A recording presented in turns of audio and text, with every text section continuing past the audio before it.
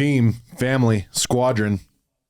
We're here with an extremely special guest. Yeah, you love this guy. My guy. Yeah, you love him. Golden Door winner, overall amazing human being, soon to be father, Jacob Scheer, is here to drop bars and deliver absolute heat on the pad today.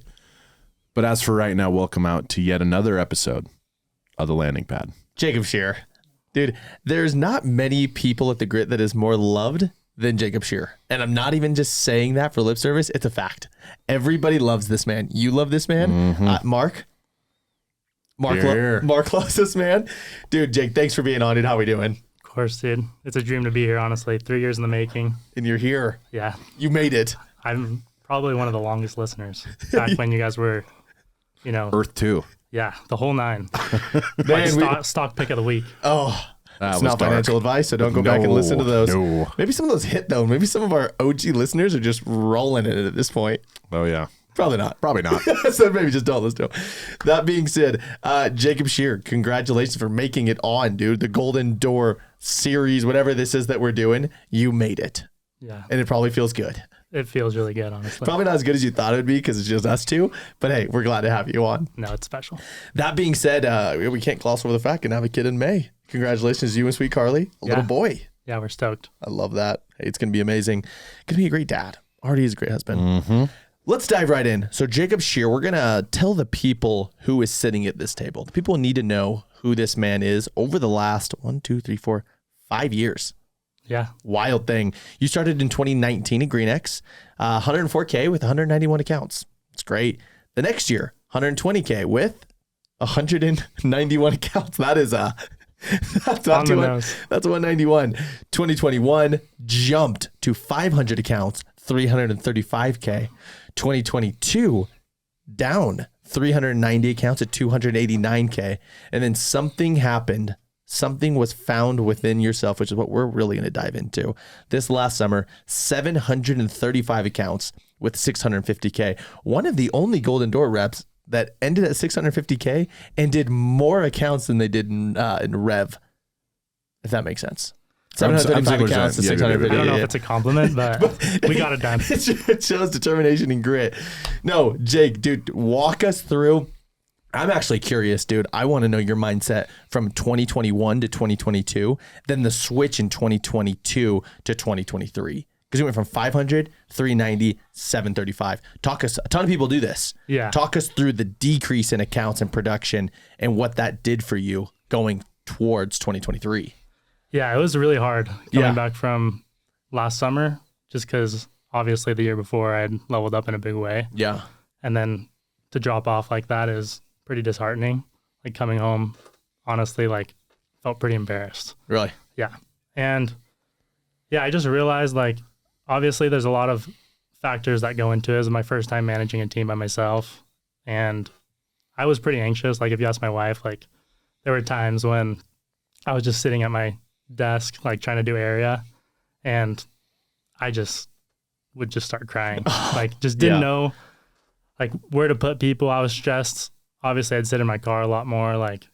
There was a number of factors that went into it, but going into this last summer, I just realized I had to take full accountability for it and kind of just realize, that I didn't work as hard as I could have. My mental health probably wasn't in the best place it could have been. So it was just kind of an adjustment, making those changes and priorities to my mental health, and obviously changing where I felt like my weaknesses were to ultimately being my strengths. This last summer just made a huge difference. So going into this summer, I for sure had some mental breakthroughs beforehand. I think one of the biggest ones for me was actually Bennett Hayron was giving a Golden Door training, and he puts up his day-by-day sales. Yeah. He had a whiteboard that he kept in his apartment, and he wrote how many sales he got every single day. And in my mind, the elite guys Golden Door, it's you're selling, 60 a week.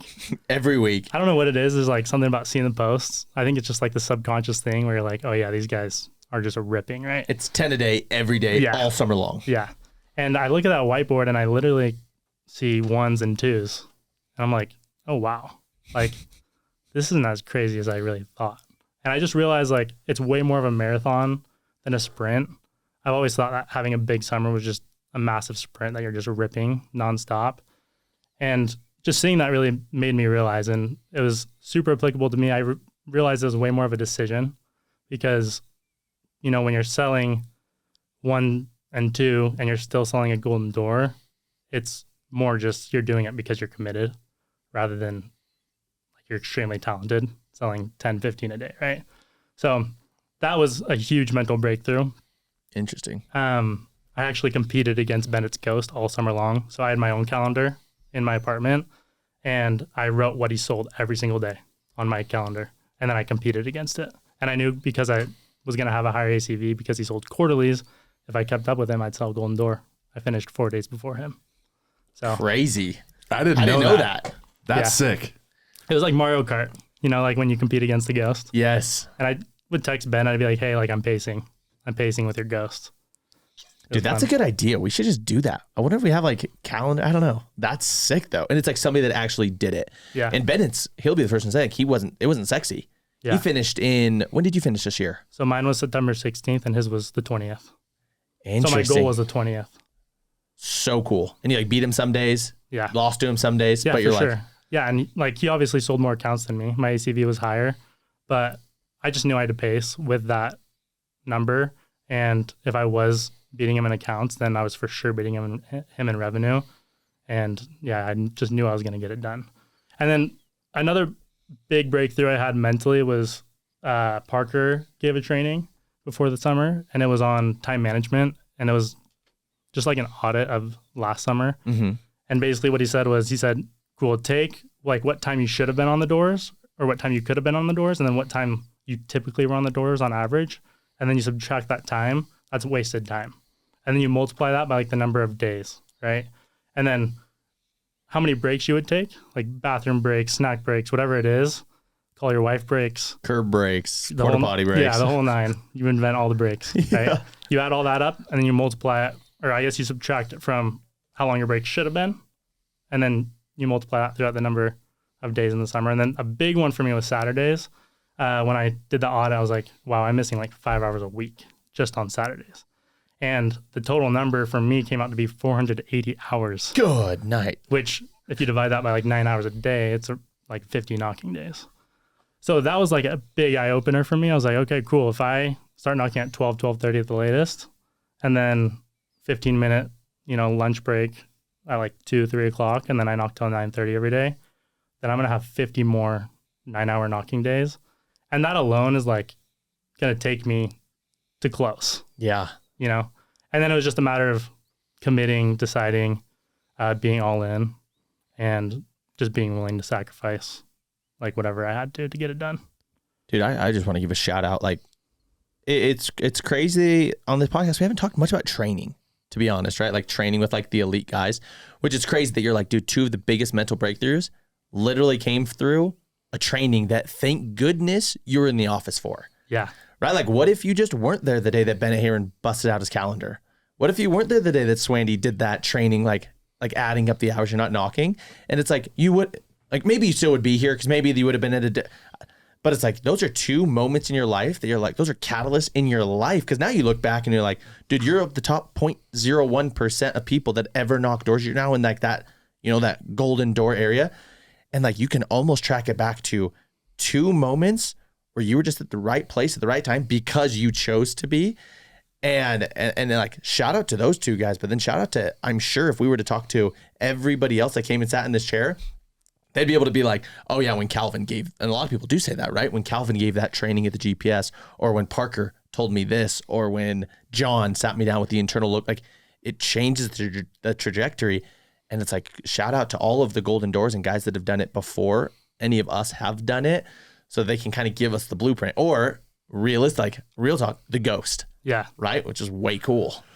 Scheer, I know you haven't always viewed yourself as a 650K rep. And after, whether it was 1 year or 2 year, or then you had a slower 4th year after like an explosive 3rd year, I know that this isn't always the opinion that you've had of yourself. And we've spoken to it on the podcast previously, but I think that's one of the biggest things that people have a hard time even starting, is deconstructing this view or persona that they've assigned to themselves.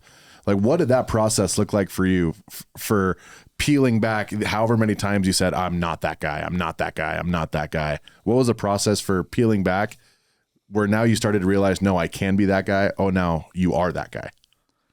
Yeah, it's a process for sure. Like, especially coming home after my 4th summer and just not doing that well.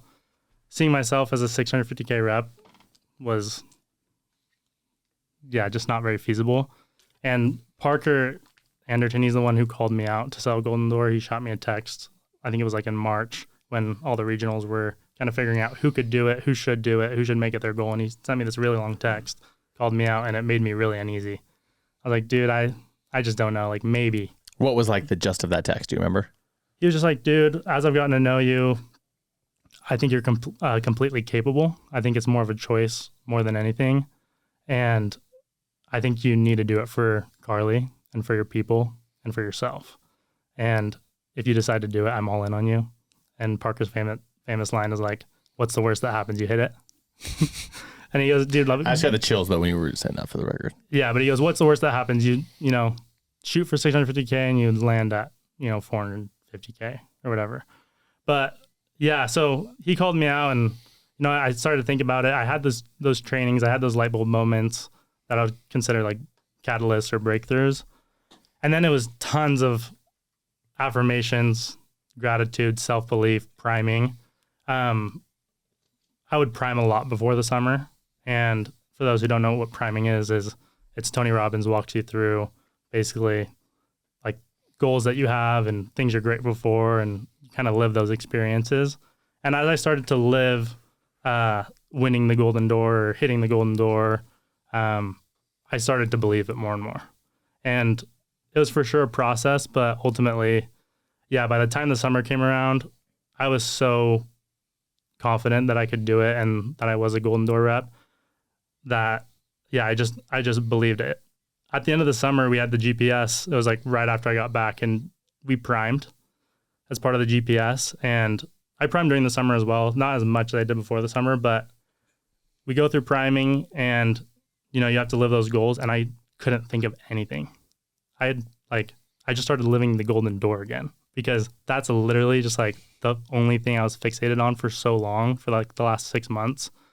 And I like went home that day. I was like, wow, I need to kind of figure that out. But how cool is that though? That it's like you're in that moment. How many people have primed themselves, the Golden Door, but then they don't hit it? Yeah. It's like, it's so cool that you were doing the priming. You're like, damn, I did it. Like that. I was so focused on doing it, but now you're just living in like, what have you accomplished? Dude, you did it. Yeah. Right. Maybe walk us through that feeling of just hitting it. Yes. Oh, dude, it was so cool. I think it's different for everyone. Some people say it's like not what they expected. For me, I get the sale. It was actually the biggest laydown of the summer. No joke. Like, she was down. And I segue away from that door. Our cars are packed. It's like middle of a Saturday, 2 p.m. And dude, I just started bawling. And I think the reason being is because there's just so many emotions that build up to that moment. And a lot that I wasn't like allowing myself to feel throughout the summer, like the anxiety, the stress, the, like uncertainty, the doubt. And then there's like the excitement, happiness, fulfillment, relief, even like from actually hitting the goal that you've thought about for so long. Like my body just released like all the emotions. I started bawling on my segue back to my car. People in the neighborhood are probably like, what is this kid doing? But dude, it felt so good. Like it just felt like the world was lifted off my shoulders. And like driving home, obviously blasting, punk rock. Of course, Blink-182, Sum 41, the whole. It's unreal. It's crazy, like the difference in feeling, or even that drive home from like my last 2 summers, and just the momentum in life even that you get from hitting your goals and achieving something big. It's so fulfilling. It's crazy.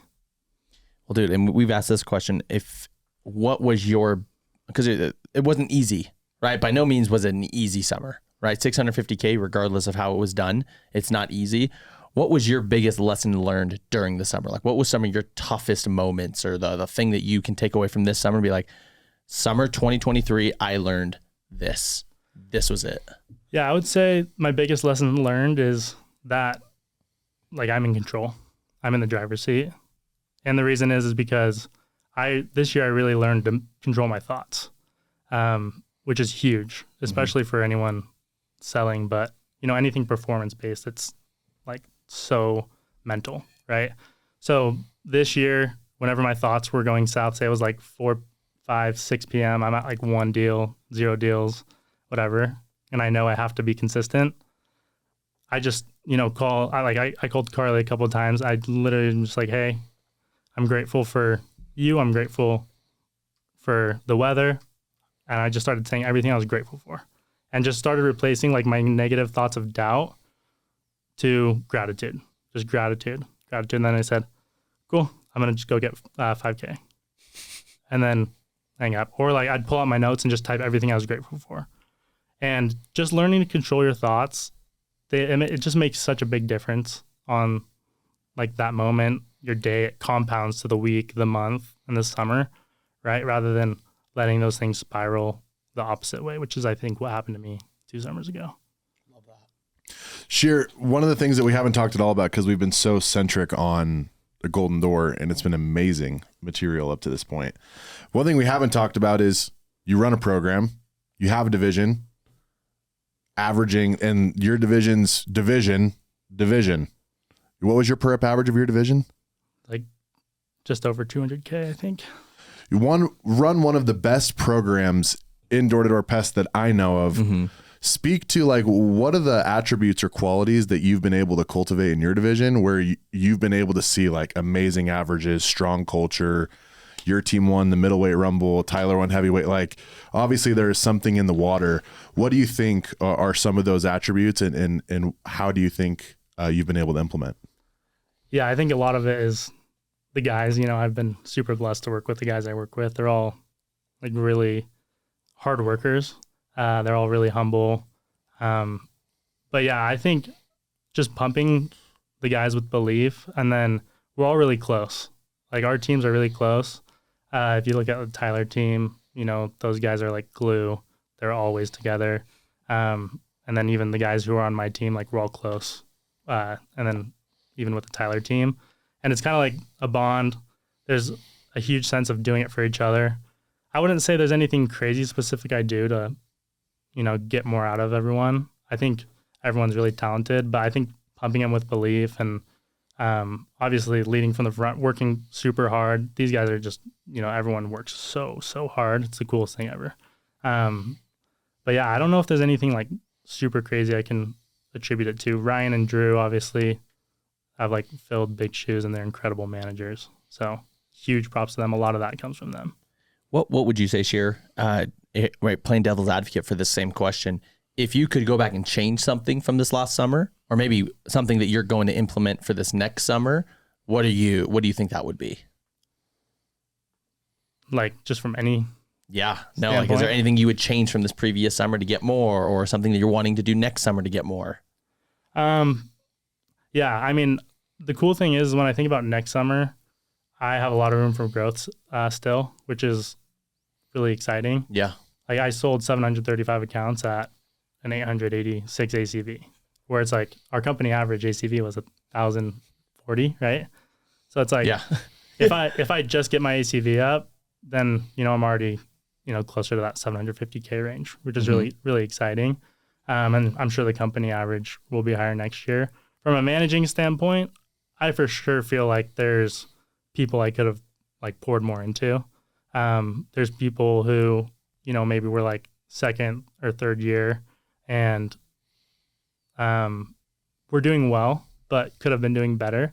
And me being so hyper fixated on my goal kind of let that slide to the, wayside. Mm-hmm.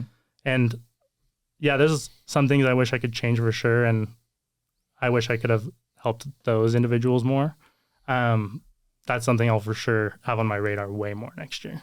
No, and that's why I just love sitting down with so many different people because, yeah, dude, to this same question, a lot of people just have different answers, right? And it's like there's never going to be such thing as like a perfect summer. No one's ever going to do it perfectly. But the reason I asked you that question is because so many people see guys like you and they're like, oh, they made it. Like they walk on water, right? Like Jacob Scheer did 735 accounts, did a Golden Door after his 4th year where he digressed his 4th year only to come back. It's like people don't see us or see you guys, sorry, as like humans, but it's so cool to even you have like humility to say, no, I did well, but I could have done so much more, or I could have done more. I could have sold more, my contract value. And it just makes me excited to see like what's next for Jacob Scheer, right? Sure, you have a really interesting perspective on the whole grit thing from the start. I mean, from the very beginning, OG Philly, you were there, you've seen it. We're on teams with Ben, and while John was still managing, and Gart, like you've been there from the beginning and seen it grow from not even a region, not even a division, like it's just a thing, a team into what it is now. Like, what do you think are like the main changes that have had to happen on a company culture, whether it's culture or otherwise, that have had to happen on a company level for us to get to where we're at now? Like, how would you describe the progression? I would say it has a lot to do with being selfless and pouring everything into your guys. And that's trickled down from the top since the grit started. Like Ben pouring everything into you pouring everything into me, so on and so forth. You know, that's where leaders are created, and that's what allows growth and impact on a really, really big level. And it's something I've realized is to be a good leader, it takes a lot of sacrifice. And a lot of people aren't willing to sacrifice. Like if you look at any of the great war stories or like great historical figures, like those guys, like the amount of sacrifice that those guys went through is just crazy. And that it's the same thing today. Like to be a great leader, you really do have to sacrifice for your people. And I think there's a lot of programs out there where people just don't have that mindset. And I think that's a huge reason why the grit has grown and become what it has. Well, I think we can even attribute to your division. Like same when we were just sitting down with Wood, right, with Andrew, and he was talking about like same thing, a lot of like the sacrifices he's had to make. I think that your guys' division and like your guys' program like gets that, right? It's like if you want to be great, you're just gonna have to pay the price, right? And it's like it looks like up at like this year, dude, you were willing to pay the price, right? And it's like I think that Carly was probably in that same boat, right? How long have you guys been married now? Coming up on 2 years in January. And maybe talk about this. We asked Wood about, about Brooks and that sacrifice. Dude, I would love to hear you as a married guy going from, a summer that maybe wasn't what you thought you could totally do to like leveling up and realizing, hey, maybe talk about the conversation you had with Carly about like, hey, I'm going to do a golden door. This is what it requires. Was there a conversation there? Yeah. You're smiling, Sean. Some of it's like unspoken and spoken at the same time. Yeah. I don't think we had like a formal conversation about it. Uh-huh. But it was like, yeah, if I'm going to do this, this is what it's going to look like. And it's, an hour at night and that's it. But she was such a trooper. Like she is my biggest fan and it's been the biggest blessing in the world. Like she wanted me to make the goal. She wanted me to do a golden door. She believed in me more than anyone, which is a huge contributing factor and is like not a hit on the wives or anything, but like most of them go home before the Rumble or whatever, like before the summer's over. Carly was there till September 16th.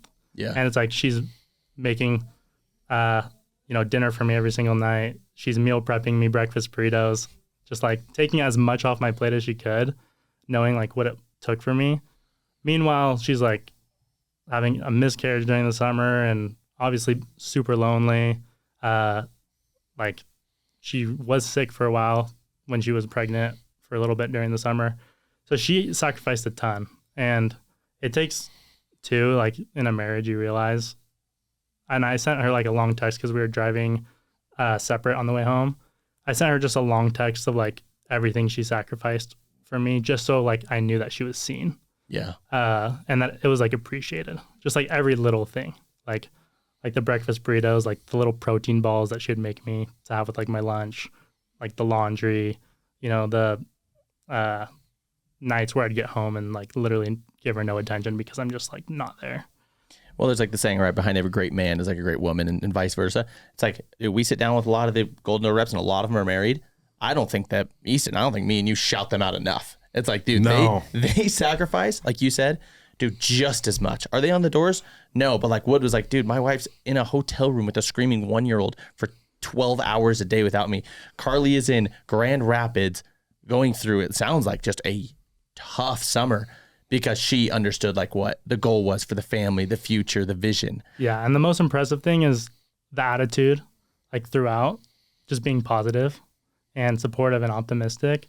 Meanwhile, it being really hard, which, you know, is just the biggest difference maker in the world.